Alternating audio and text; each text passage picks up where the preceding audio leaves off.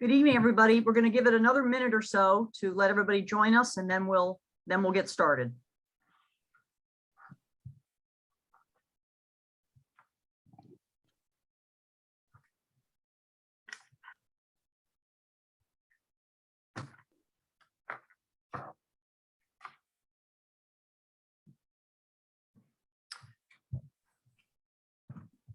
Well, hello to everyone and welcome.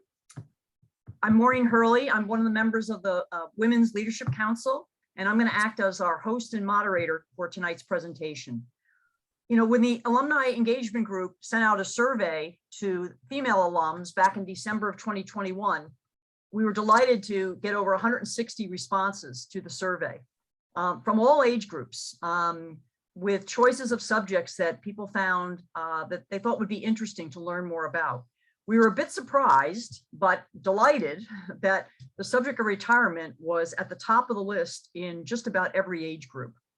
So as we began planning for this event, many of us were hoping that we could do this in person because there's nothing like the magic of being together, the networking, the camaraderie that goes along with it. But alas, as we were planning it, we were still not sure what the COVID world was going to look like.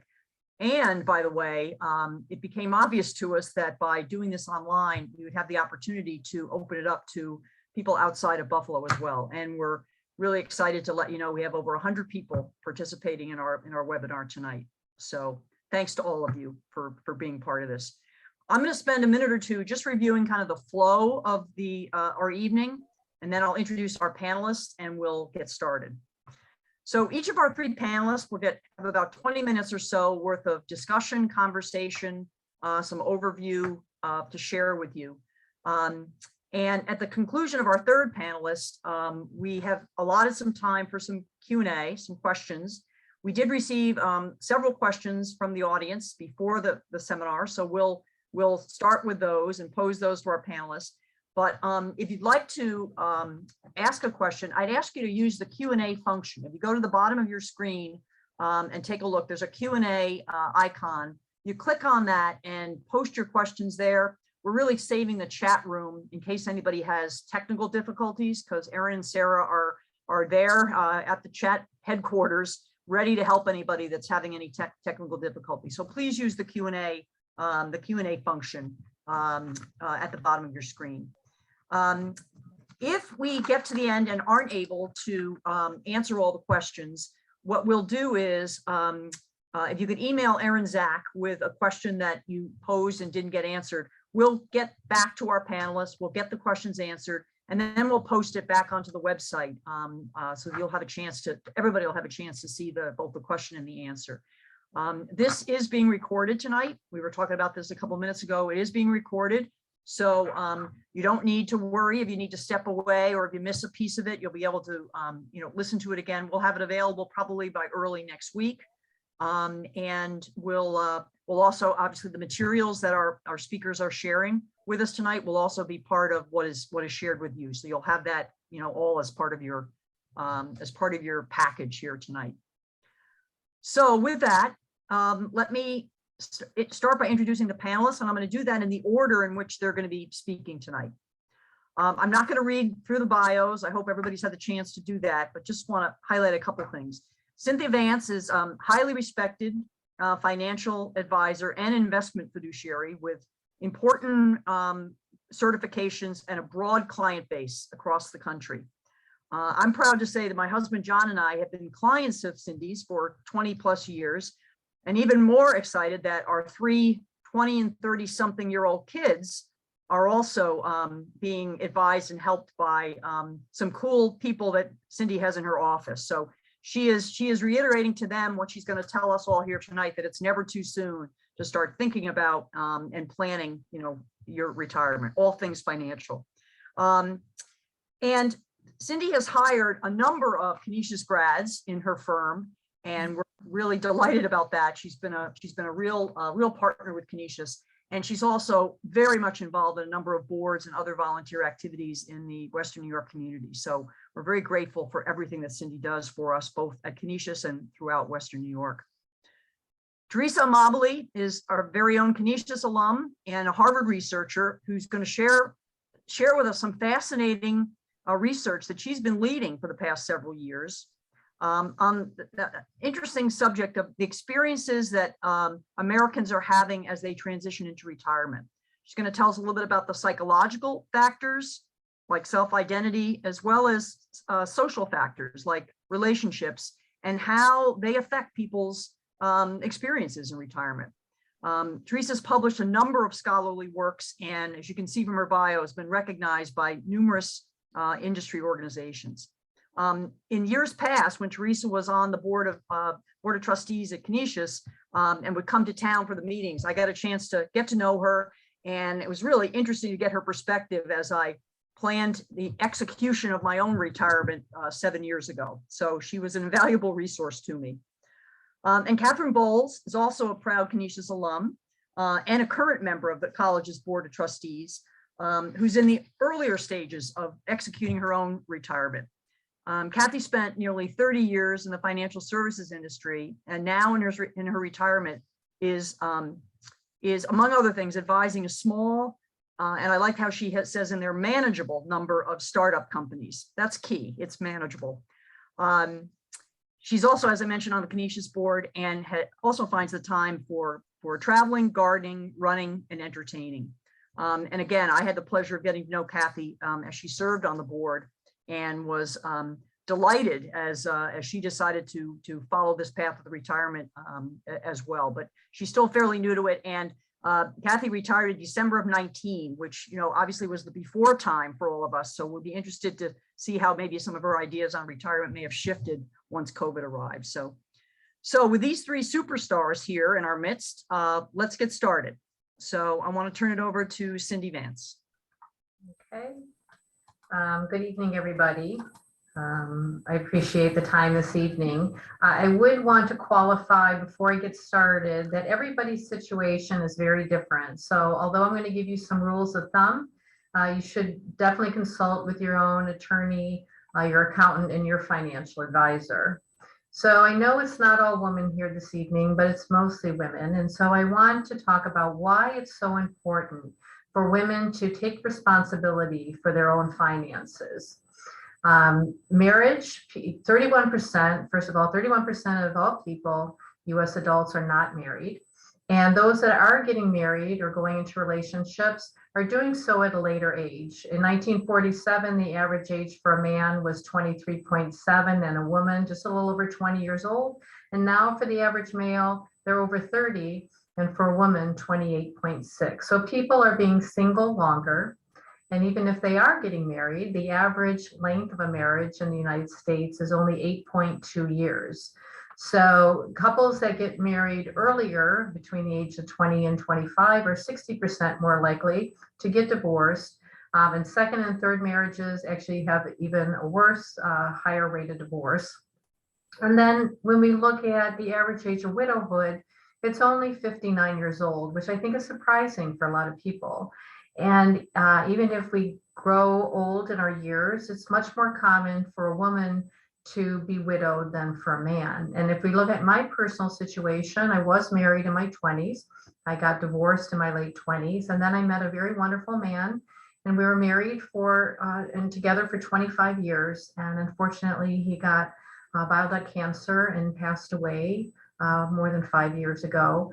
I was lucky enough to meet another gentleman who lost his wife also to cancer, and we're remarried, but we do keep our finances separate. So, you know, I was single when I was younger, I was married, divorced, married, widowed, and now I feel for the rest of my life, I'm going to be financially responsible for myself. So it's really important that you take the time to understand your finances. And even if you have a partner that takes primary role, that you should at least once a year take the time to understand what it is that is happening with your finances. Now, when we talk about retirement, the earlier you start, the better. But there are certain things that are within your control, and there's certain things that are not within your control. So, you know, if we look at how much you decide to save and how much you decide to spend, and how you invest your money, and what type of accounts you decide to put it in, those are all things that are within your control. Totally out of your control is how the stock market does, what happens with inflation, what's happening with interest rates, and maybe what's happening with tax policies. Those things you can't control and have to deal with throughout your saving and retirement years. And then there's some things you do have some control over. Employment, what career choice you've decided to make, what employer you choose to work for and what their benefits are, and how long you choose to work. And then when we talk about health, obviously money isn't everything. Health is the other 10%. If you don't have your health, doesn't matter how much wealth you have. And there are some choices here. You can make sure that you're eating properly, you're exercising, that you're going for your annual checkups. So there definitely is some things you can do here to make sure that you're aging in a very positive way. Now, the average person typically thinks that they're going to work till age 65, but we know in real life, the actual age is typically 62. And a number of these things sometimes are out of their control. For 33% of people, they've saved enough that they can actually retire early. But for 35%, they have to stop working because they may have health or disability issues. They may have family members that have health issues that they need to take care of them. Or you may have downsizing in a company. So you really need to start preparing yourself to perhaps to be able to retire a little earlier than what you might like to otherwise. Now, the biggest part of saving for retirement is being able to put that money aside and deciding how much money can I save and how much money can I spend. One of the biggest mistakes I see people make, whether young or old, is that they make poor decisions sometimes on debt, how much is appropriate. Most of us have to have debt for a mortgage or maybe a car loan. But other than that, I want most people to think of that as something that's evil, something that you don't want to have. You shouldn't, if you can help it, have credit card debt. And so we look at this accumulation phase, which typically lasts 40 years, as, how much can I save? And where should I be saving it? And making sure you have a solid strategy in place. The rule of thumb for saving is that you should be saving between you and your employer 15% of your income. A couple other rules of thumb is always capture the employer match. If your employer is putting money in as some sort of a match in a retirement plan, make sure that you're putting enough money to get that match. And also try to have 3 to 6 months of emergency reserves. Now, that doesn't mean that this has to necessarily be in the bank, but it could also be in some lower risk bonds or some other things in this low interest rate environment. Now, a number of you will be saying, I can't save that much money. I just, I can maybe save 3% right now. And so I'm showing you an example here of Sam, who was able to save 10% of his income per year. His employer was putting 5% into the retirement plan. So he was getting 15% of his money saved. And he started at 25 and saved till age 65 with a 2% wage growth, and his money earned 5.75%. Now, at age 65, he ended up with $1.5 million. And you can see 70% of that had to do with the earnings. 10% was from his employer and 20% was the money that he put in. So that shows you how the compounding over time is really important. But Ethan only started at 3% because that's all he could put in, and he couldn't even capture the entire employer match. But each year he increased it by 1%. So when he got raises and made some changes to his budgeting, he increased it by 1%. And you can see at the end of time at age 65, he had almost as much money. 1.4 versus $1.5 million. So, just by making small changes each year, you can work your way up to being able to save the right amount of money. And the last one was Sarah, who stayed at 3%, and she ended up with $610,000. The big thing is by starting early, you're getting that last doubling in your money. So if you end up with, in this case, let's say we end up with 1.5, you end up with 3 million, right? So starting early is really important, and making sure you're doing that saving. Now, the next thing is where am I going to be saving this money? And then am I going to be saving it pre-tax, where the money is going into maybe a 403B or 401k? I'm not paying federal or state income tax on that money. It will grow tax deferred. And when I take it out at retirement, I pay tax on everything I take out. Another alternative, especially for those of you that are young, and I would say pretty much for most people under the age of 45, you should be looking at a Roth option. Now, a Roth IRA, which you can put money into, does have income qualifications. You have to be making under a certain amount of money per year to be eligible to put money into a Roth IRA. But for a Roth provision in a 401k plan or for a 403b plan, there is no income qualification. If it is available in the plan, everybody is allowed to put money in on an after-tax basis. But the advantage is the money grows tax deferred, and in retirement, qualified distributions come out tax-free. So you can imagine a 30-year-old that might defer $1,000 in a given year, but that $1,000 might grow to $15,000. And when that money comes out as a Roth distribution, you don't pay tax on any of the growth. Employer money is always pre-tax, so that money will be taxable. And you can also save in things like HSAs and just regular brokerage accounts or mutual funds. Now, in addition to deciding how much you can save and where you can save it, you have to say, how am I going to invest this money?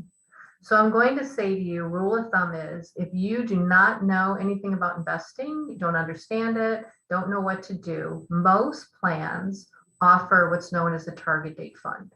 The target date fund allows you to choose the year in which you think you're going to retire, and the managers of that fund will automatically make it more conservative as you get older. So you don't have to worry about how to actually manage these funds. And you can actually get these types of investments outside of a 401k or 403b environment, where again, it's like a simple way to be able to do your investing. One of the biggest mistakes I see people make is to get nervous during market downturns. They get afraid and they have the gut reaction that they want to take money out of the market to preserve it. So this is a illustration showing you the S&P 500, 500 very large companies, the index from 1980 through this year. And the gray bars show you what the S&P 500 did in any given year. And you can see for most years, the S&P 500 returned pretty good returns here, which is one of the reasons that people want to invest in the stock market. Obviously, there are a few years during the tech bust here, 2000, 2001, 2002, the financial crisis, and more recently, you can see we had a pullback here. But these pink dots will show you how far the market has dropped during the year. And so a big extreme example that many of us remember will be Black Monday in 1987. The market dropped 34%, but for the year from January to December, the market actually made 2%. The average drop in the stock market is 14% in any given year. So you can't really be afraid of these declines. The trick is to make sure when you are investing that you have enough money that are in bonds and fixed income instruments, the bank too, so that if you need money, that you have a number of years, especially in retirement, you have a number of years where you can draw on safe money, that you don't have to worry about selling out the stock market at a bad time. If you're investing in quality investments and we're not worried about a certain stock going down to zero value, the way you really lose money in the market is to be pulling out of the market at the wrong time. And I always say to clients, if you get into a situation where you thought that you were brave and you were okay having a certain amount of money in the stock market, but when we get this decline, you get like really nervous and you start to become afraid, and your gut reaction is to want to pull out, to really just wait it out, wait till the money gets back to where it was before we had the market pull back, and then make adjustments. You're not doing it when you're emotional. What can you do when the stock market is going down? Look at tax loss harvesting opportunities. Do you have investments that might be in a loss position that you can take advantage of for tax purposes? Perhaps selling a decline in Coke stock and buying Pepsi, It's a great time to rebalance. You know, you might have been 50% in stocks and 50% in bonds, and we get a market pullback, and now you're only 40% in stocks. It's a perfect time for you to take some money out of bonds and buy stocks because you're getting them at a lower price. Also, it's a good time to consider maybe investing some excess cash during a market downturn. It's not what most of us want to do, but you know, you're supposed to be selling high and buying low and just focus on the long term. When you look at how much money should I take out in retirement, the rule of thumb is to take out roughly 4% of your money per year, and you can increase it for inflation. Now, in reality, and I've been doing this 38 years, very rarely do my clients come to me and say, could I please have my 2.8% inflation increase? People's spending naturally declines as they get older. But if you use the rule of thumb of 4%, you can see here 85% of the time you would not run out of money. 65% of the time you'd still end up with more than $1 million, which you started with. 45% of the time you would have doubled your money. You'd have more than 2 million. And if we look at this 85%, and for some of you, if you say, even that makes me nervous, you know, there's still a 15% chance that I'll run out of money. The other thing that you can do to improve on that is when we get a market decline, don't give yourself that inflation increase. Wait until your account gets back to the value that it was before the market decline, before you take that inflationary increase, and this number will get up to probably about 98%. This is just showing you on average household spending that as you age, you know, your spending does tend to go down. Social Security, I'm not going to get into this too much.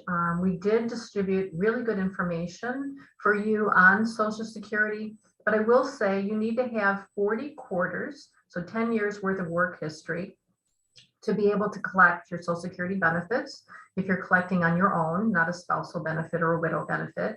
And they will use your 35 highest years of earnings. So later in life, when you typically have your higher salary years, they're often dropping off some of your low years that might have occurred over, 30, 35 years ago. You'll see here, though, that say for those people that their full retirement age is age 66, so that's those of you born between 1943 and 1954, if you try to draw early, let's say age 62, you're going to have a 25% reduction in your benefits. And unless somebody has a severe health problem, or a large age difference with their spouse, we typically recommend that nobody draw early. It doesn't take long to have that break even.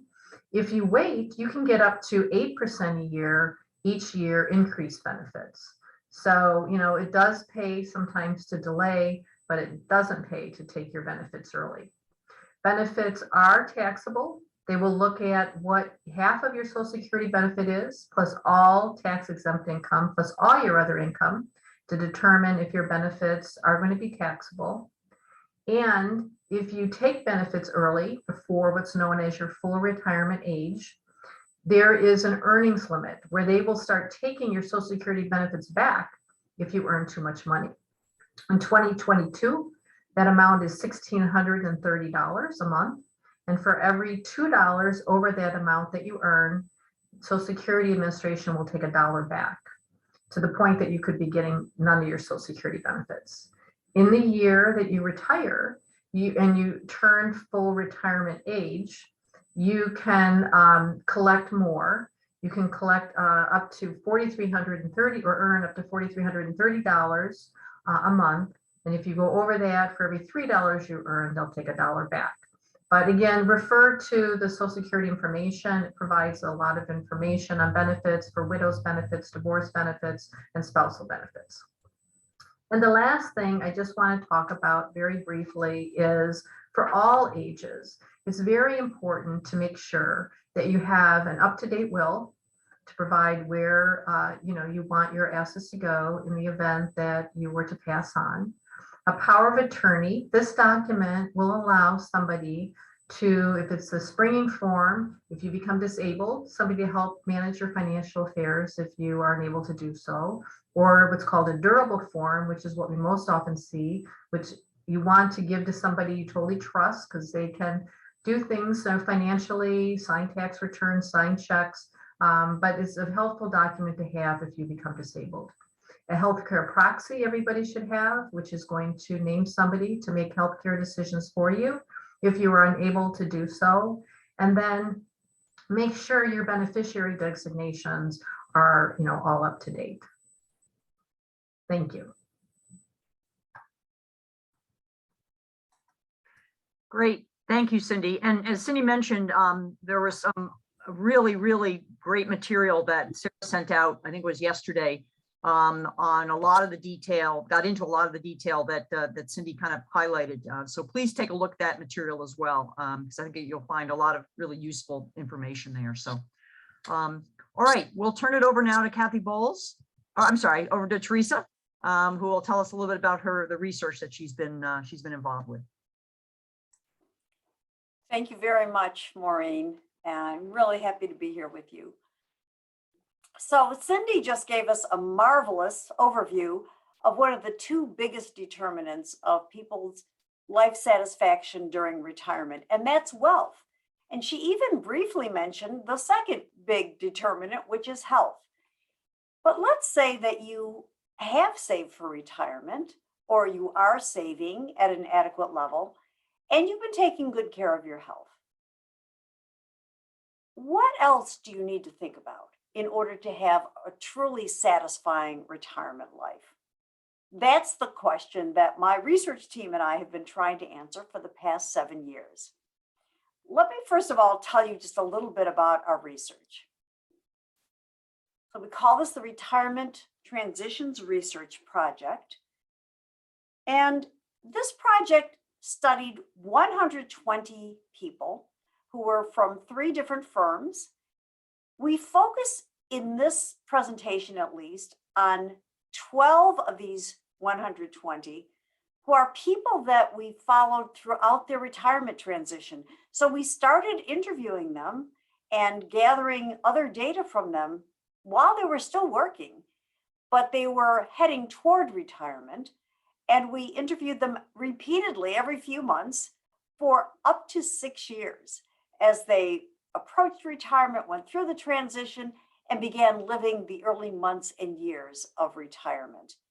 We did study 108 other people in various age groups, and we draw on those findings as well in what I'm going to present. But we're focusing on those 12 that we followed across time. We have long interviews from all 120 people, and we asked them to send us daily electronic diaries for a week before their interview, and we also have other background survey data from them. So we made 2 big findings that I'm going to have a little bit of time to tell you about tonight. And the first one is that the retirement transition is kind of like a dance, ongoing over a long period of time between you and what we call your life structure. You, yourself, that includes everything important about you, your identities, that's the way you think of yourself, your goals, preferences, your health, and everything else important about you. Your life structure is just everything important in your life. The external world outside of you and your own life also has a role to play, as is obvious from Cindy's presentation. What's going on in your neighborhood, what's going on in your city, your state, your country, the world at large. Your life structure is more suitable for you if it's well aligned with who you are as an individual, all those aspects of yourself.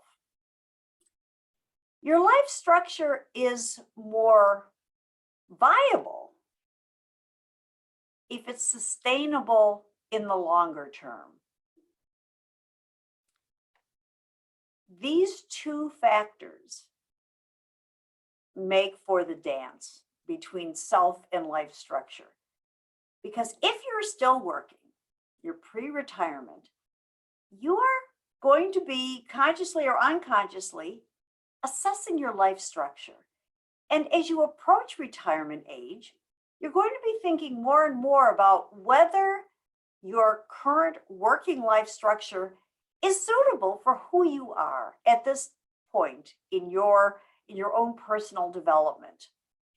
Is it suitable for you with your health status as it is right now, the goals that you have in your life, with everything else going on in your life? And how long is it going to be viable for you? You're going to be making these assessments as you approach the retirement transition, as you go through the retirement transition, and as you begin to settle into retirement life. There's a constant back and forth where yourself is going to make adjustments in your life structure, including the big adjustment of deciding to retire and removing work, career from your life structure, but lots of other smaller adjustments as you go through the transition. The other thing to remember is that your life structure is going to impact you. So the relationships and activities in your life, what's going on at work if you're still working, that all has an impact on you. So this dance is always ongoing, actually throughout our adult lives, but it becomes a lot more intense during the retirement transition. And of course, always the external context, the outside world, is going to be impacting you and your life structure. And as Cindy said, there are a number of things that you just have no control over. And those are, by and large, the things in the outside world. This brings us to our next finding, and that is that you might think that when you retire, you're done working, but actually, retirement itself takes a lot of work. Let me explain. There are actually 4 tasks that we discovered in this research that people have to engage in as they go through the retirement transition. Now, you start out while you're working with a relatively stable life structure, where work is a big piece of it, a major context. Whether you like your work or you don't like your work, it's a big piece of your life while you're working. And your life is relatively stable. You pretty much know what you're going to be doing during most of your waking hours, Monday through Friday. And you pretty much know what you're going to be doing on the weekend because you're trying to get all those other life things done on the weekends. That's pretty stable. But now you're entering a period of major liminality. And liminality is just a feeling of being kind of betwixt and between. And that liminality is going to grow as you go entering into the retirement transition. And then it's going to subside as you get past the major tasks of the transition and end up in a more or less stable new retirement life structure. I'm going to illustrate these 4 tasks for you by telling you a little bit about the story of one of our 12 retiring participants that we followed throughout the transition. The pseudonym we use for her is Irene. This is a picture that Irene drew for us of how she viewed her life pre-retirement. She drew this about a year before she retired, and we were doing an interview with her at that time. I'm going to give you just a few seconds to study this life map and those couple of facts that I have about her. A few things I want you to notice about Irene's life here. The company looms large, no matter what time of the year it is, summer or winter. She's working full time, and that's a big deal in her life. She's been at this company for decades, and she's proud of the company. She's enjoyed her career there, but you know what? It's beginning to feel like a little bit of an uphill battle. The culture has been changing a lot lately. The nature of the work has changed some in a way that doesn't quite suit her so well in terms of who she is right now, the kind of things that she enjoys doing. She's got a great team, though. She really feels bonded with her team. She enjoys the people she works with. She's got a lot of activities in her life, cooking and entertaining during all times of the year. She's pretty active. She's got a lot of summer activities. She and Daniel, her husband, have a summer house on the Cape. It's not a great house, but they intend to renovate it for their retirement and actually settle down at the Cape afterwards. And she loves water sports. She says part of her identity is being a water person. She loves nature, conservation, and she's got things that she enjoys during the winter as well. Theater, TV, reading, knitting. And you'll see bedrock here, undergirding everything is her love of family. I love all the hearts that she's got here. Daniel, their adult kids, their young grandchildren, lots of friends and extended family. But you notice some dissatisfactions here too. Less time for spending on art, which is something that she really enjoys, but she almost never does. Travel, really loves to travel, does so little of it because of the full-time work. She wants to spend more time exercising, and she wants to spend more time connecting with friends. So you see that this life structure is not quite suitable for where she is in her life right now and what those preferences and goals that she has are. And she's also thinking about the life structure that she might have in retirement when life would be centered on the Cape and she wouldn't feel this winter summer split so much that she feels now in her life. You might think task number 1, which is making the retirement decision, would be easy for Irene. Not so much. She actually spent 4 years trying to make this decision. They were financially secure. They had that vacation home. They were planning to reconstruct it. She wanted to take up that life. Why was she hesitating? This is a quote from an interview about a year before she retired. I think I was getting close last year. These are the things that are pulling her toward retirement. It's hard in the summer not to be at the Cape. She meant be there full time. And then I would have had time to devote to all the stuff that we're having to do to get ready to do the reconstruction on the house. And then she thought of the downsides of retiring. But what do you do in the winter when you're on Cape Cod? You've got a big construction project going on in your house. And then, because Daniel was not going to be retiring for a few more years, she thought, I would be doing all of that work by myself. So she hesitated. We found when we studied all of these people that we interviewed that there were a few common challenges of this task 1, the retirement decision, but there are some resources that people tended to draw on that really helped them make the decision. So the challenges: identity. Who am I going to be without this work that I've been doing for so many years? What am I going to do with my time after I retire? People talk about leaping off of a cliff. They're nervous about this. What will my life mean? Not everyone worries about where they'll find meaning in their life after they retire, but a surprising number of people do. But there are resources you can draw on, family and friends who've been through this transition or who are thinking about themselves can be very helpful to help you talk through these challenges. Your organization ideally is offering you some seminars or access to resources and information on financial planning for retirement. But we have found it would be so wonderful if organizations could also give people access to resources on all these other things that I'm talking about in our research. Life planning. How do you think about what's next for you after you retire? After that career is suddenly, taken out of your life. And there are professional retirement coaches, which is something you should think about. It can be very helpful. Task 2 is, once you've made the decision, actually detaching from that work that's been such a part of your life.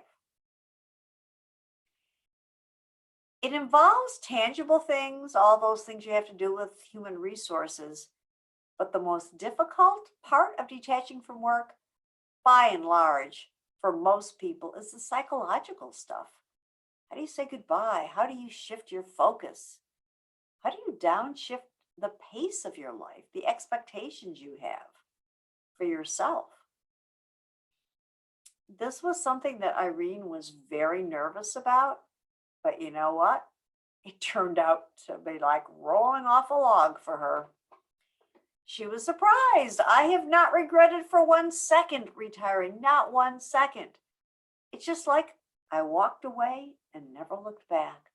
She expected to miss work and to miss her colleagues a lot, but she found that she didn't so much. Task 3 is after, oh, and by the way, I want to go through some challenges and resources for task 2 that we've discovered across all of our interviewees. That uncertainty that she was having is very common, that fear of the unknown. People worry sometimes that they will have a loss of identity, especially if their work identity was a very strong part of how they thought of themselves. Irene said it really helped that I wasn't invested in my job. I didn't feel like my job was a source of power or importance necessarily. But you know what? She also said to us, I kind of wonder, this was before retirement, I wonder who am I going to be if I'm no longer a working mother, which is what I've been for decades, and if I'm no longer an income contributor to our household. And people are uncertain about what's going to happen to their relationships, those people they were close to at work, but also other relationships in their lives. They wonder how those are going to change. Resources you can draw on.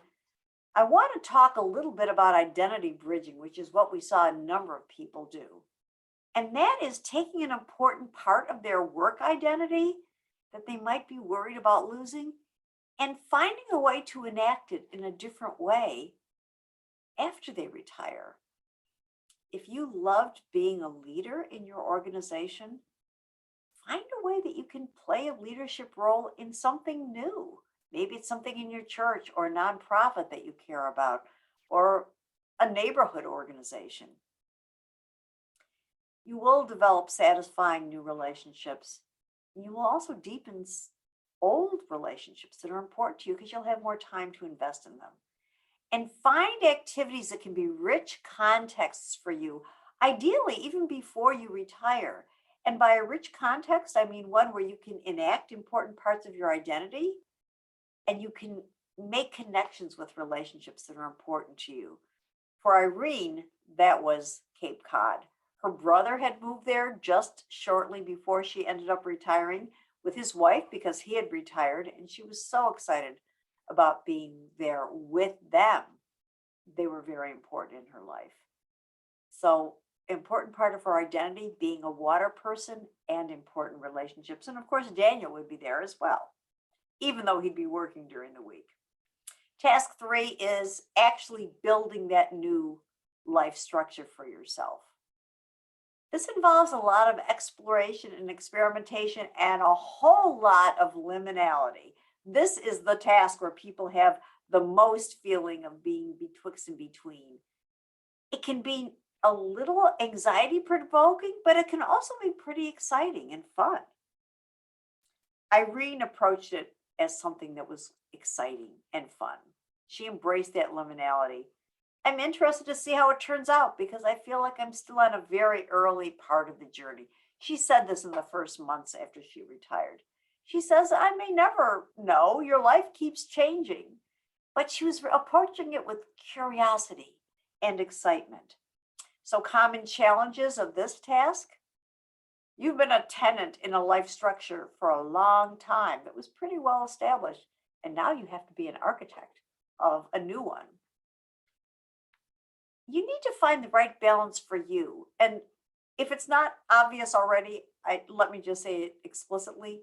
There is no one right way to retire, to approach this transition, because it has to be suitable for you, yourself, and you are unique. So you have to find the right balance for you. How much do you want your weeks and months and years to be planned? How much time do you want to just leave open for spontaneity? How much do you want to have open for leisure versus something that feels more like work, whether it's volunteer or work for pay in retirement? Do you want to make big changes in your life? Do you want to move? Do you want to take a trip around the world, or incremental? Start a garden if it's something you've always thought about doing. You will have heightened liminality, but there are resources as well. You've got time. You can have what one participant of ours called a landing spot, and that is just something that you commit yourself to doing for a few hours a week, gives you some structure. You may want to start it a few months after you retire, after you've felt like you've had a nice vacation. Just a little bit of structure, a place to land as you figure out what other things you might want to explore. And we found that some couples can benefit from relationship counseling after they're both retired, because they're often all of a sudden spending more time together than they ever have. And they sometimes look at each other across the room and think, wow, who are you? So counseling can be useful. Task 4 is consolidating that life structure, drawing on those experiments and deciding what elements you want to keep for the long run. You'll know that you're through the retirement transition when you feel like you have settled into a routine and a rhythm with a life structure that fits who you are, who you've become in those early months and years of retirement. Sometimes that means reconciling conflicts between different parts of your life structure. Irene wanted to spend time with her young grandkids, but not quite as much time as her adult kids were expecting her to spend. So they had to work that out and have some conversations around that. And it's never really done. This goes on throughout. Task 4, challenges. You can still be struggling with work detachment. And if you are, try to find a rich context that you can get engaged in. And life happens. A spouse can get sick. A pandemic can happen. You may have to revisit task 3 a little bit and start exploring and experimenting a bit to find a new consolidated life structure, even after you have consolidated initially. Those relationships that you develop and that you've had for a long time can be an incredible resource at every stage of the game. And you can just accept that your life structure and yourself are going to continue to evolve. So here's Irene's life structure after she retired. This is about a year after she retired. You can see her life is all integrated now. There's no company in it at all. It revolves around the Cape. Her beautiful new home that she and Daniel inhabit. Hearts here. This is her brother, Carl. She's still very active in her water sports. She's gotten a lot of new activities out here. But best of all, for her, she's got those people, friends, north, south, east, and west. So a few final takeaways for you. Embrace that liminality. Find your inner Irene.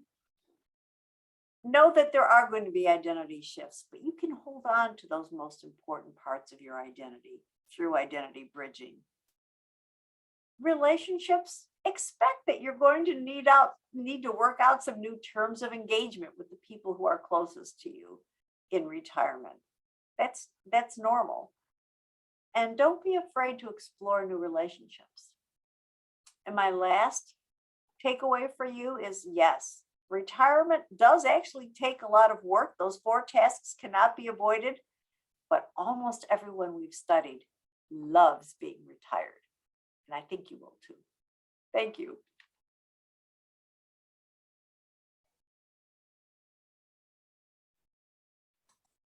Thanks so much, Teresa. That's wonderful. We really appreciate it, and appreciate certainly the research that you've been doing. I think some great I know when we did our practice session a week or so ago, I was busy jotting notes, and that landing spot and the liminality were two that just, continue to resonate. I think for certainly for me and perhaps for many of us. So, all right, well, Kathy, would you like to kind of finish us up here, and then we'll open it up to some questions from the audience. So take it away. That's great. Thanks, Maureen. Good evening, everyone. I'm really excited to share my retirement transition and experience with you, or as Teresa coined it, the dance. And who doesn't like to dance? Whether out in public or behind the wall, right? There are 3 points that I plan to cover this evening. First, how I prepared for retirement, when I knew it was time to retire, and how I redirected my focus. How did I, in other words, detach from work? So first, let me give you a little bit of context about me. It might help you understand why I thought the way I did and why I approached retirement the way I did. I'm probably an outlier here. I'm just guessing, but retirement is something I started to think about before I even started to work. It's not that I wasn't interested in my career. I was very interested. I had defined goals. One of them, no lie, was to retire. Ideally, I wanted to achieve my goals, and then I wanted to have time to enjoy new adventures. And to understand that, I just want to share a little bit of my story. Cynthia shared hers. And mine, or at least what I observed, is fairly similar. I knew that I needed financial independence, or to learn financial independence at a very young age. My father was a businessman. He worked for what we called the telephone company. To be honest, I don't really know what he did. He had an office. He left for work every morning at 7 a.m. and was home like clockwork at 6. He took up golf in his early 50s, and he talked and he dreamed of retiring and hoped to travel while perfecting his golf game. He would kid, and I distinctly remember this about becoming, a member of the professional senior golf league after only having picked up the game. Sadly, my dad died unexpectedly at age 55. He was scheduled or had planned to retire at the end of that very same year. So obviously he didn't get to travel. He didn't get to perfect his golf game. And for what it's worth, I was 16 years old. So seeing him not be able to enjoy this was very impactful on my life and my life's decisions. My mother was the person in our family always who handled the finances. And thank goodness. It was overwhelming enough to have to carry on after losing her husband of 30 years. And can you just even imagine how much more overwhelming it would be if she had to figure out and understand how the finances worked? She already was one step ahead. My mom's the one who taught me how to budget and how to save. She was an awesome role model. She taught me how to spend within my means and the value of foregoing something today for something even better tomorrow. And I just saw her recently, and our little joke is, but Mom, you taught me the value of compound interest. I can actually hear Cindy saying that to her kids too. When I earned money, no matter how I earned it, whether it was the lemonade stand or delivering papers from my paper route, my mom would ask me, just matter-of-factly, it wasn't a choice, how much of that do you want to deposit in your savings account this week? Never thought to me that I could say 0. It just wasn't in the thinking. So I would give her the money, but my little secret was that I couldn't wait for her to get home. Sometimes I even went to the bank with her, because back in the day when things weren't so digital, you would have a passbook, and the amount of interest posted to your account would be stamped in that book. And I was so excited to see that number. For me, it was like free money. And I thought, how cool is that? So after my dad died, my mom was left with 2 kids still at home. And I saw how she made really smart financial decisions. She understood what she needed monetarily to maintain our house and our standard of living. She continued, and I watched this, she continued to educate herself and then engaged my brother and I so that we would know what we needed to do, frankly, to support ourselves.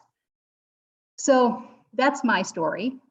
A little bit about you, a little bit about me, so you can understand what sort of drove my focus. So as Maureen mentioned earlier, I did recently retire. I stepped out of my career, which was a central part of my life. I was 55 years old. This was the end of 2019. I'm married, no kids, but the favorite aunt of 13. So like Irene, I have a lot of things going on in my life. Let me get to the point though. Well, actually, I do think it's important to just say this. Teresa introduced you to Irene. And I don't know if it would surprise you or not to know that I am Irene. Not really, but everything Teresa covered, almost every detail, change Cape Cod to San Diego, change knitting to painting, and it's me to a T. My career was a central component of my life, like it is for many of you. And like Irene, I loved my job. I loved it so much that I often started my job on Sunday evenings so that I could just get a jump on the week. So, you know, it amazed me how similar I am to Irene or Irene is to me. Let me get to the point though and talk about how I plan for retirement. In my mind, there were 2 aspects, and you really can't do one without the other. The first, Cindy talked about, the financial aspect, savings and whatnot. And the second, what do I want to do aspect? How do I move in? How do I start the dance, right?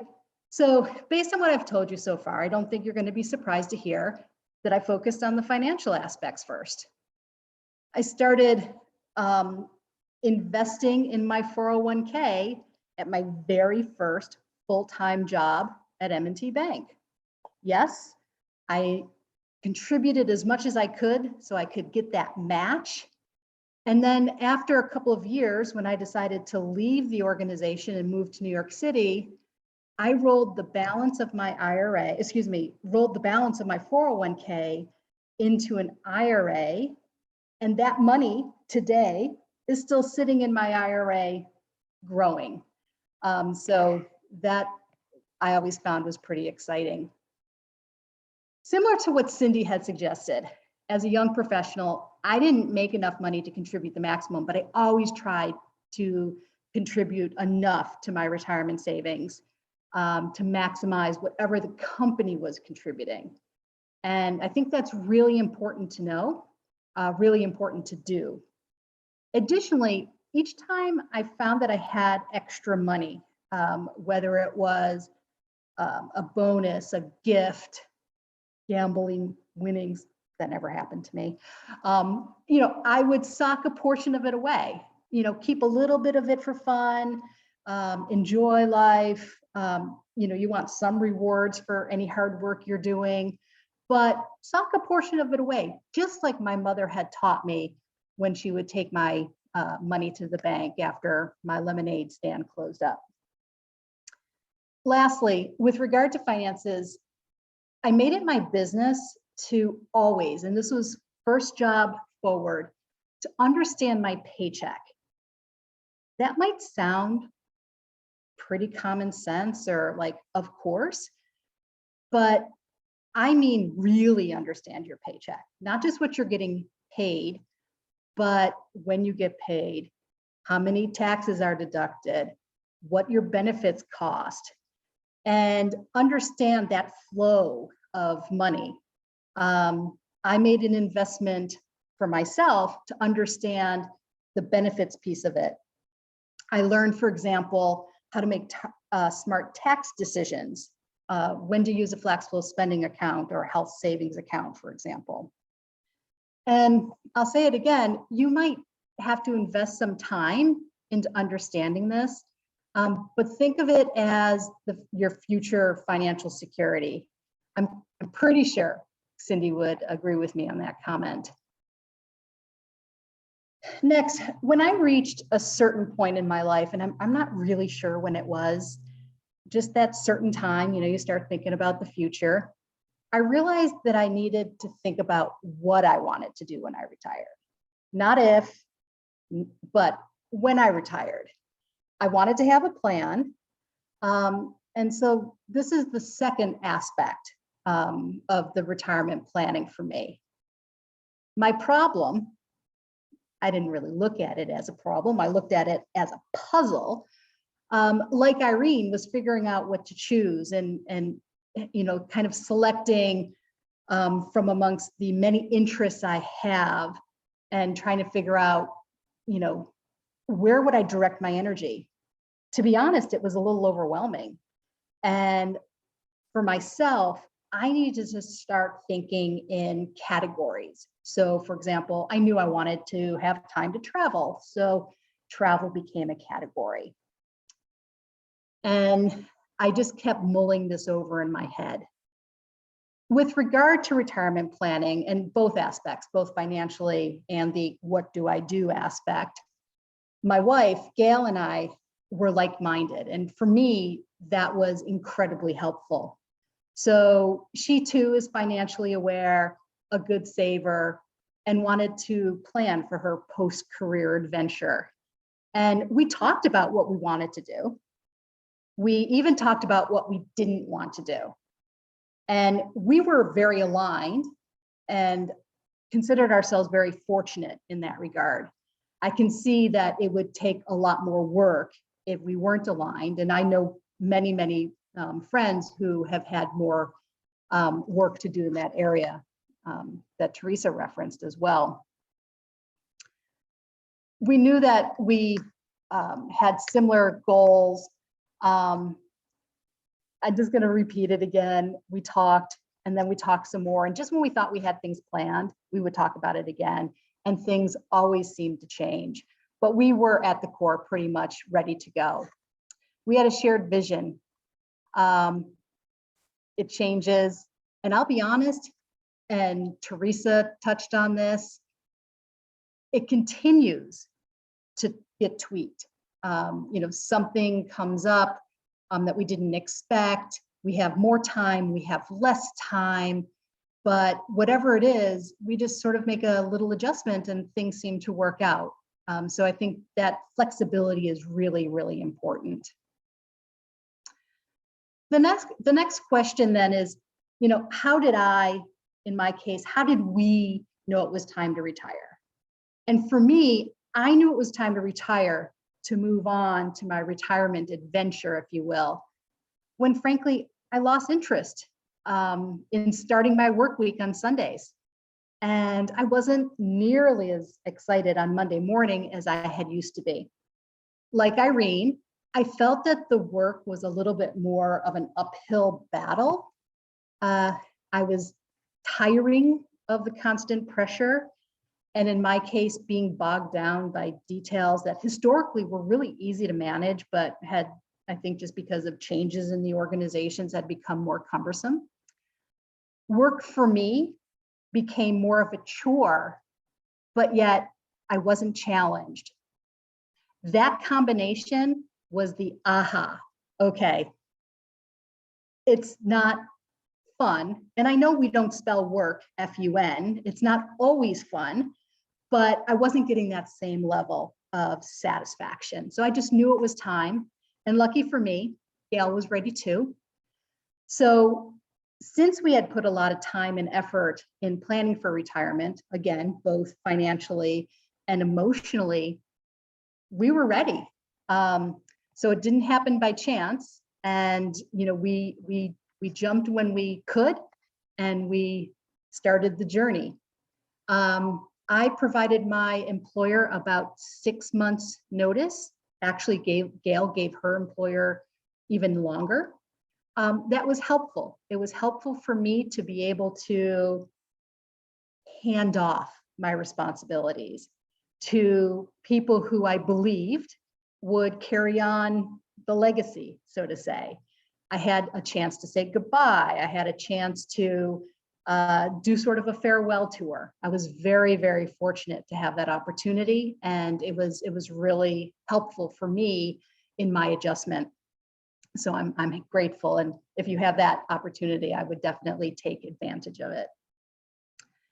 The last question, how did I redirect my focus? How did I, in other words, detach from work? The truth is, it wasn't as easy as I thought it would be, only because it was hard to turn my work brain off. And I realized I just needed to go through the process. So I decided to redirect my thoughts and my energy and outline, what did I want to do? So I knew I wanted to do something where I could still continue to be intellectually stimulated and still, importantly, learn and grow. And I wanted to give back, utilize and share some professional skills that I had developed. You might remember that Teresa referred to this as bridging, and that was definitely on my list of what I wanted to do. The third thing was I wanted to be available for family and friends, and I wanted to enjoy life. And then lastly, I wanted opportunity to focus on my health. So a very wise woman, actually, tonight's moderator, Maureen Hurley, when I shared with her that I was considering retiring, she shared some advice with me, and she suggested that once I take that step, I just give myself a chance to breathe. In other words, take a break, focus on me. And before I start bridging, if you will, before committing, before getting involved with organizations on a professional level, just take a step back. And that's exactly what I did.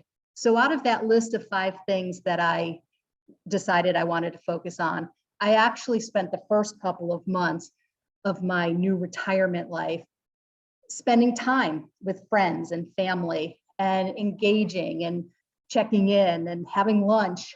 Oh, I just want to have my nails done. So that was really great. And then I started putting some travel plans together. I'm right on course. And then the pandemic hit. No travel for anyone. We all lived in our little bubbles.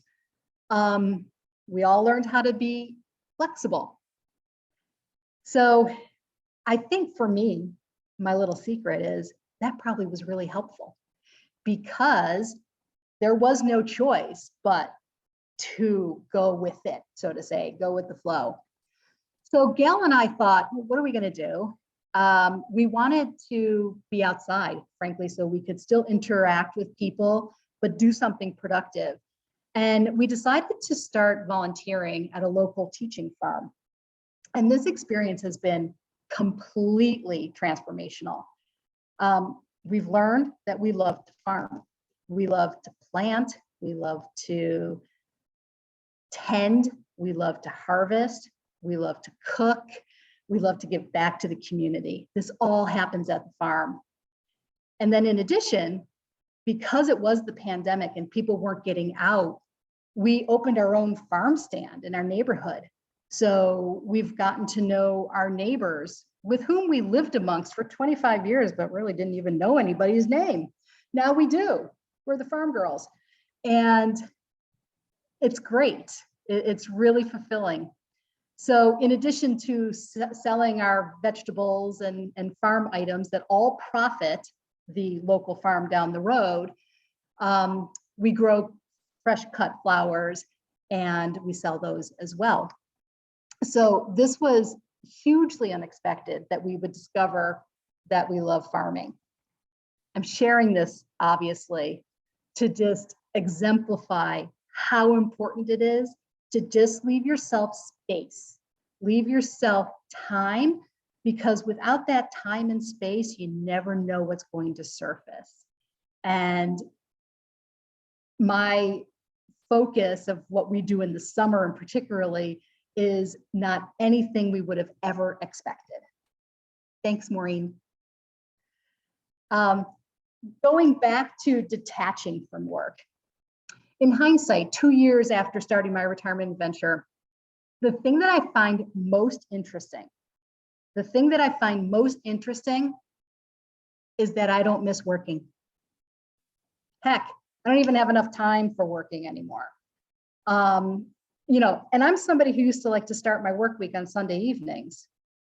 I miss the people. I was very close and very protective of my team. I wanted to see them grow and take on greater things. And frankly, I see and talk to fewer of my former colleagues than I had expected. But it's given me the liberty to keep the people in my life who I really want to have in my life. So that's been a really good thing. But the bottom line is I don't miss going to work.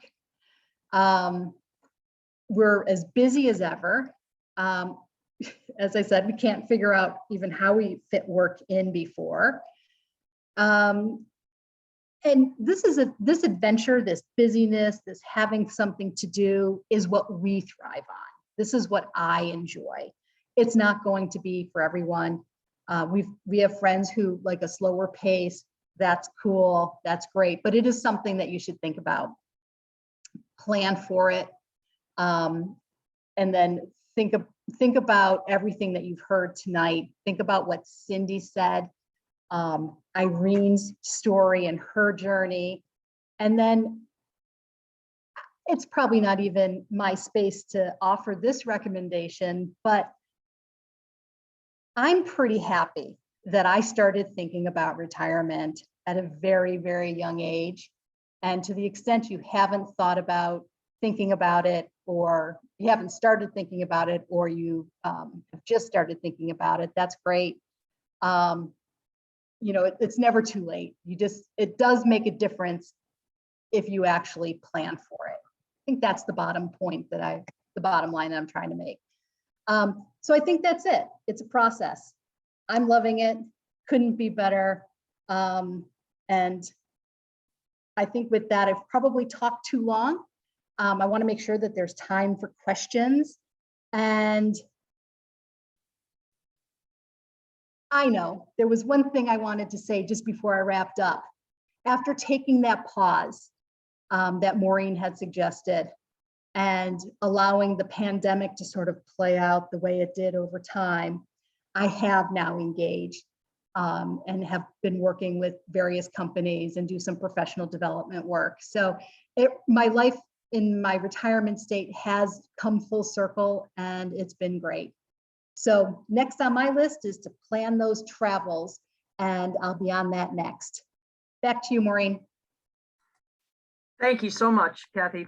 I think it's pretty obvious to everyone that Kathy is full of joy right now as part of her retirement. We're so happy for her. So yeah, let's dig right into the questions. We did have a couple questions that were posed before our session, so we'll touch on a couple of those, and then we have gotten some here tonight from people who are listening. So the first one I'm going to present to Cindy, and I think I know what the answer is going to be, but I'll show it to her anyway. The question came in: please advise if long-term care insurance is worth the investment, pros and cons. And my suspicion is the answer is going to be that famous "it depends." But anyway, Cindy, take it away. You got the answer already. It does. So first of all, I distributed as part of the materials something called the Guide to Retirement. And on page 36, it talks about chances of having to have, like, go into a nursing home. If you're 65 for women, there's a 34% chance of having to go into a nursing home, or 33% chance of needing home health care from a paid aide. So there definitely is a much better chance of needing insurance like that than something like, what's the chance of maybe your home burning down? Like, we all have insurance for that. But I will say long-term care insurance is expensive. There's very fewer companies that are willing to issue it at this point because they did not price it right years ago when it first came out.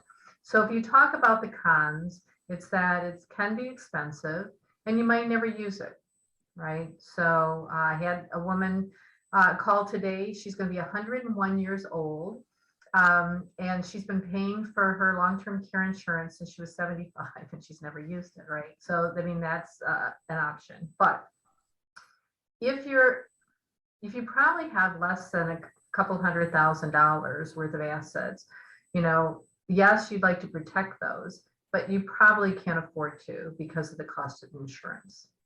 If you have assets of more than $2 million as an individual or $4 million as a couple, you probably don't need it because you can afford to pay for it. I happen to have long-term care insurance. I bought it when I was in my 40s because my grandmother was 10 years in a nursing home with dementia. My stepfather died from dementia, and my father has had a spinal degenerative disease. So I saw a true need for it, but I got it when it was sort of very affordable. So you really have to look at, you know, can you afford to pay for the insurance? You know, you're looking at getting it at a later age, maybe in your 60s, early 70s. It could cost for a couple $10,000 a year, right? Now, do you have to insure every penny? Certainly not. You know, you could buy a policy that would pay for part of it. It's, you know, it's a policy that helps pay for your care. If you can't do certain activities of daily living, like feeding yourself, toileting, dressing. Another option that I do see clients do is to use like a community-based care. In Western New York, we have things like Canterbury Woods and Fox Run, where you pay an upfront fee. And in these instances, 90% of it will be paid back to the individual's family when they pass away. And then in the meantime, no matter what, if you have to go to skilled nursing or custodial care, you go through this continuum of care and your assets are protected. You have this monthly fee. So that's another option that I often see clients making. But you're right, Maureen, it sort of depends. Thanks, Cindy. I have a question here for Teresa. Could you explain liminality again? You know, is it inherently stressful, or should we try to embrace it? You know, the answer is yes and yes. It is stressful, more stressful for some people than others. So liminality is just a feeling like you're kind of in an in-between state. You might remember what it felt like to graduate from high school or graduate from college. That's a time of a lot of liminality, or trying to figure out what your first job should be, or should you switch to a different job. Trying to make the decision about whether to marry, whether to have children. Those are times of heightened liminality where you can kind of go back and forth. You can see it both ways. And when you're retiring, if you're fortunate enough to have some financial means and you're fortunate enough to have your health, you have so many options. As Kathy put it, we, especially in the United States, are so fortunate to have so many options for what to do with our time that it can be kind of overwhelming. And it's not between, you know, do I have a child or do I not? It's, you know, do I do this, that? How much free time do I want to give?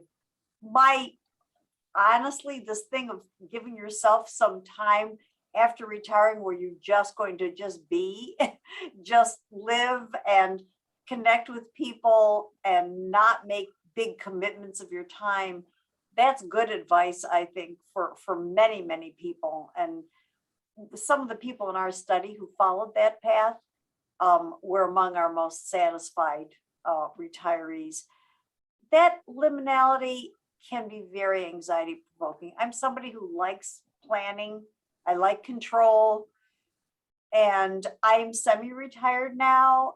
And there are more choices that I have faced these last few years of how to spend my time. And I've not made great choices in some ways. I have overcommitted myself. It sounds like Kathy and Gail have done it just right. And I'm glad for you guys, and maybe the pandemic helped in some way. I don't know. But you know, liminality can be exciting. It really can be if you could try to relax into it, expect it. Don't get thrown back by, oh my gosh, why do I feel so up in the air? And think of it as a fun time of exploration, almost like another adolescence or young adulthood where you have a lot of options in front of you, and yet you kind of know how to live. Hopefully you've gained a lot of wisdom in your years, and we've got it all over the adolescence in that sense. So I hope that that's helpful.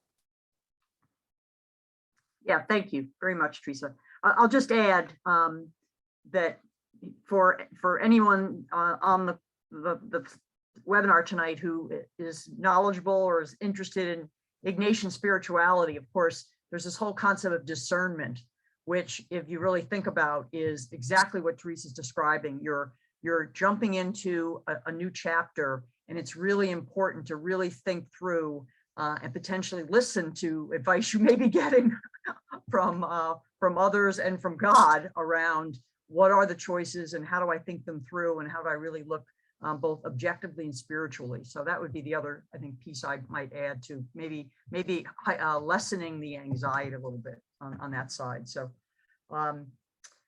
Cindy, we had two questions here on IRAs. What are the pros and cons of converting 401k plans to Roth IRAs?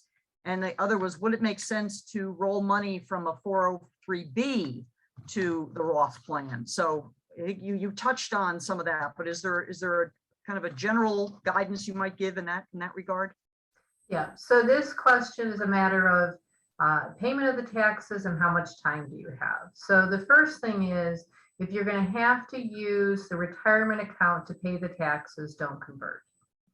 The second thing is, most plans, if you're still working for the employer, you don't typically have the option to convert until you roll the money out, like to an IRA. You can change your new contributions to a Roth option if it's available in the plan, but you have to wait typically till the money is rolled out. Now, when I say time and then taxes, so for somebody that is young, like if somebody came to me and they were 30, 35 years old, I almost always would say convert. Conversion is going to make sense.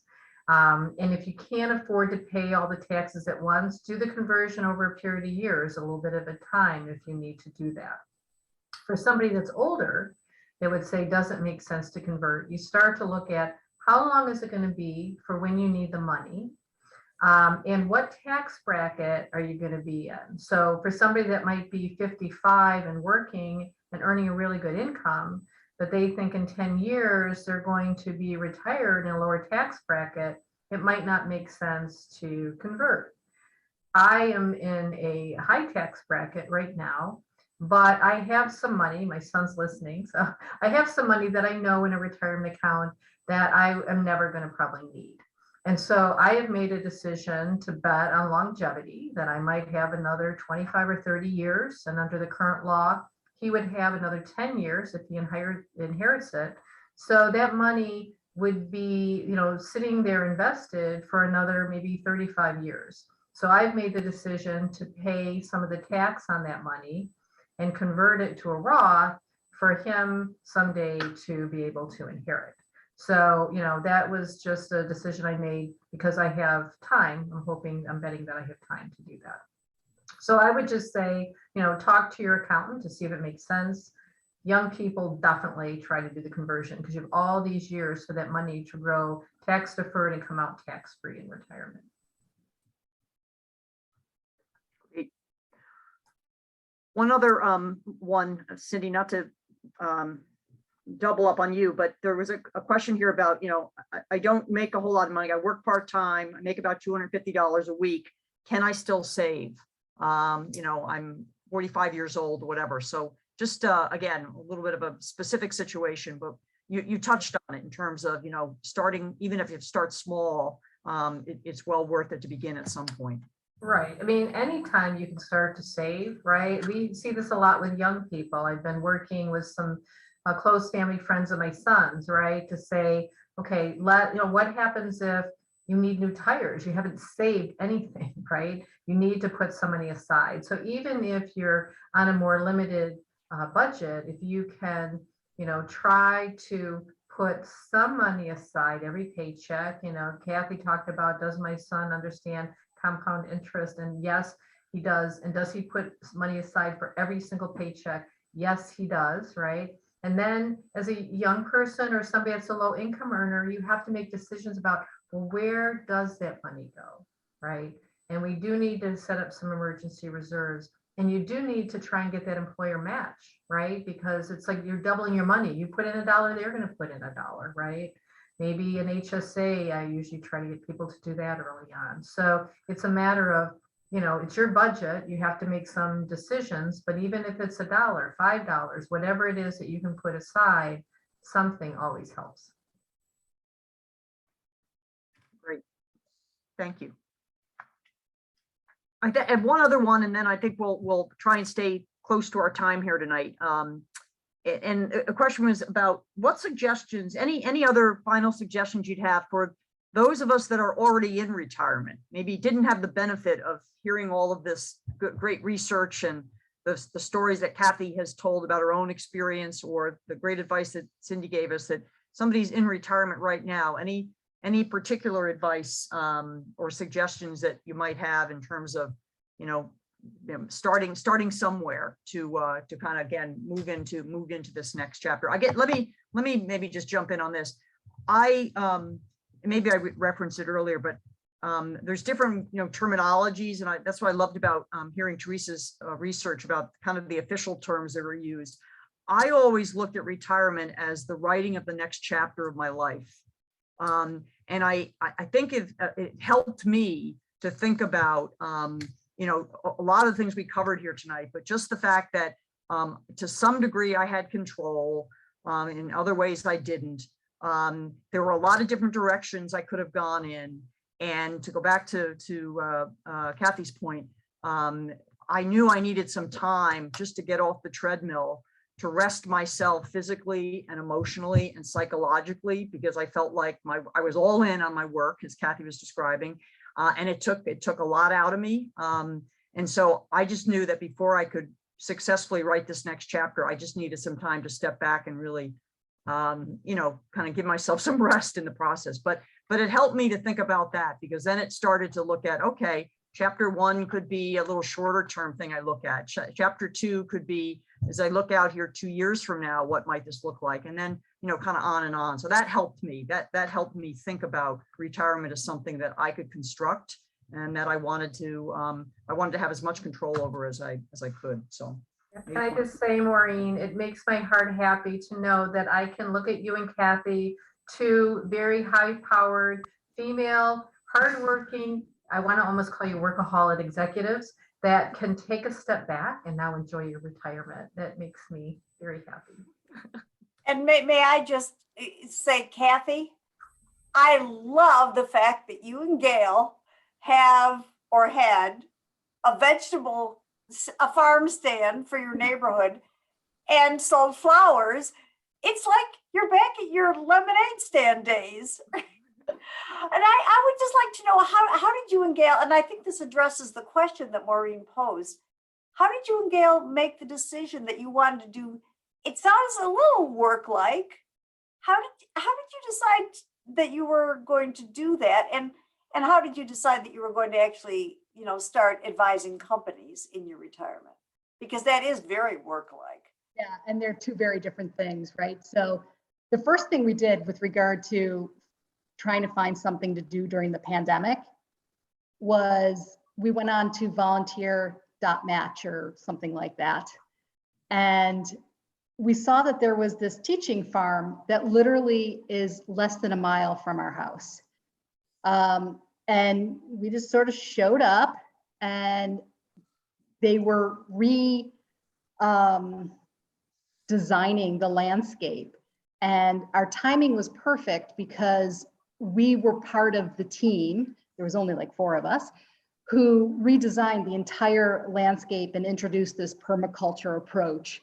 I didn't know anything about it. but every day I woke up excited, knowing that I was going to learn something new.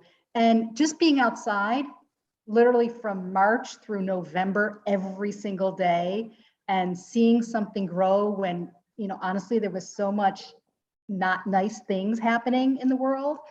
It was food for my soul. And it was the way I was able to relax and breathe. Then, as time went on, I had had quite a number of professional connections where people were reaching out and, you know, would talk and chat. And if they inquired about whether or not I would be interested, I said potentially, but let me just think about it. And why don't we get together in, you know, whatever the time frame was, 3 months, 6 months, 9 months. And that time passed, and some people called me back and some didn't. And one I pursued because I was interested, and we just made it happen. And I think it's working for me because I waited.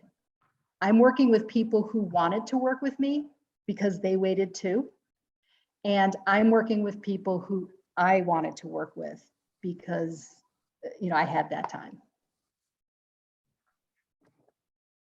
That's great. Well, thank you very much. I want a special thanks to my three comrades here for giving up their time and sharing so much of the wisdom that they have. I also want to give a big thanks to Erin Zach and Sarah Sturgeon, who at our Alumni Engagement Office, who were really the brains behind the operation here. That you might think we were the ones that kind of set up this flawless screen and the technology. Well, we'll admit here that we had a great team working with us. So thanks to them. And thank all of you for participating. I want you to mark your calendars for those of you who are local. Tuesday, May 17th at 2 p.m. We're going to have our Women of Canisius pinning ceremony at the Montante Center. And some of you, again, who have participated, it's kind of a beautiful ceremony where we actually pin our female graduates, seniors. We ask them to bring along with them a woman who's been influential or important to them in their life. And it's just a way to kind of, you know, send them off into the post-graduation world, knowing that this Women of Canisius network, alumni network, will always be there for them. So if you can make it to Montante on May 17th, please plan to join us. And then watch the website. We're going to plan some further webinars and hopefully some live at the appropriate time, further opportunities to learn and grow. So keep watching on the Canisius website for the Women of Canisius. So again, thanks to everybody. Appreciate everybody's help and hope you all have gotten something out of the conversations tonight. Thank you. Thank you. Bye, everyone. Bye. Bye-bye.